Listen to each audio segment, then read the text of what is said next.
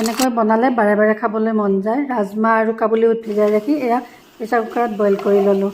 নহৰু, পিঁয়াজ, জলকীয়া, শুকান জলকীয়া, জিৰা এচামুচ, ধনিয়া এচামুচ এনেকৈ দি মই অকণমান পানী দি এইখিনি পিচি ল'লোঁ।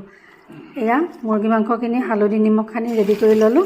লগতে মই আলুখিনিও ভাজি ৰাখিলোঁ। এতিয়া উঠাই ৰাখিলোঁ।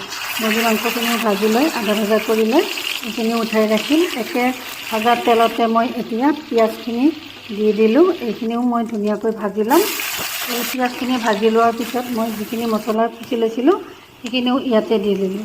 ইয়াতে মই শুকান জলকীয়া গুড়ি, চপ গুড়ি, জালুক জলকীয়াৰ গুড়ি আৰু গৰম মছলা আৰু মিট মছলা আটাইখিনি দি ভালদৰে মই গ্ৰেভিটো বনাই এয়া আলু আৰু মুৰ্গী মাংস ভাজাখিনি ইয়াতে ঢালি দিলোঁ আৰু অকণমান কাবুলী বুট, ৰাজমাহো ইয়াতে ঢালি দিলোঁ। এনেদৰে মই শুকানকৈ বাতিত ৰাখিছিলোঁ, কিন্তু ভিডিঅ' কৰা নহ'ল। এনেদৰে খায়ো খুব ভাল লাগে শুকানকৈও। এয়া মই পানী দি গ্ৰেভিটো ধুনীয়াকৈ বনাই ল'লোঁ।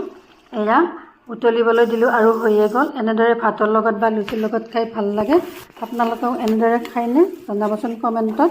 ভাল লাগিলে ৰেচিপিটো শ্বেয়াৰ কৰিব। ইউটিউবত মই বহুতবাৰ দিছিলোঁ, আপোনালোকে ইউটিউবত চালে জনাবচোন আৰু ফেচবুকত চালেও ফ'ল' কৰি দিব। আজিলৈ আহিছোঁ, ধন্যবাদ সকলোলৈ।